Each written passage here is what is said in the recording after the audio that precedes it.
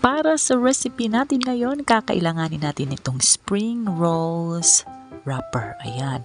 Pero may mas mura pa nito, nabibili sa palengke. Since ito lang yung available ngayon, at saka mas mainam ito kasi mas maayos mong ma-wrap kung ano man yung i-wrap mo. Ayan, kasi square siya. At saka napaka-firm niya at parang matibay. Unlike yung nabibili sa palengke na agad nasisira.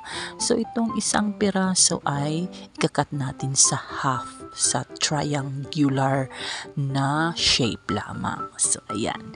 Kakusina! Hello! Kumusta? Panibagong negosyo recipe na naman ang aking isi-share sa inyo na chat. Magugustuhan ninyo ito, kakusina. So, ayan na nga. Ito yung kalahati. So, kakailanganin din natin itong cornstarch slurry. Yan para pang-seal mamaya sa ating wrapper. Ayan. So, tinunaw ko lang sa tubig. At saka kakailanganin natin itong mani. Toasted peanut. Toasted peanut ito, nabili ko ng 10 pesos sa palengke. Ika-crush natin ito gamit itong rolling pin. Kakusina, kung bago ka pa lang sa aking channel, pakilike itong aking video at pakisubscribe na rin. Maraming salamat! So, ayan, ilalagay natin dito.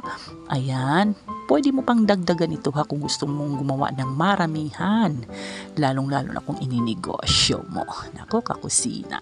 So, ngayon, mag-wrap na tayo, kakusina. Ayan. So, ilalagay natin dito ang ating lumpia wrapper. At syempre, kakailanganin natin itong brush. Ayan. So, ganito lang, kakusina ang iyong gagawin. Maglalagay ka dito ng mani, no? Ayan, itong ating toasted peanut.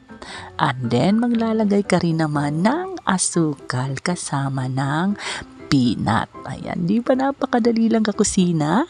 Pwede mo itong ibenta ng 3 hanggang 5 pesos ang isa. Depende sa laki ng pagkakarol mo. Ayan.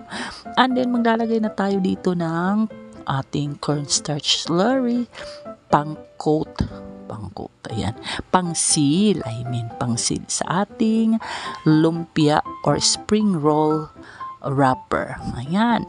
And then, ngayon naman, kakusina, siguraduhin lang pala na medyo dadamihan mo yung ilalagay mo kasi makapal itong wrapper na ito. Baka hindi masil. Ayan, ganito mo lang gagawin. Ayan, ang kagandahan dito sa wrapper na ito, hindi naman siya masyadong mahal. 30 pesos something lang siya. 34 or 35, ganun. Napakatibay niya, kakusina.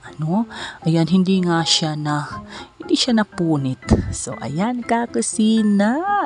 At ngayon, ipa-fry naman natin. I-deep fry natin sa mainit na mantika. Pero nasa medium heat lang para hindi siya masunog. Kapag golden brown na, pwede nang hanguin at i-drain sa paper towel.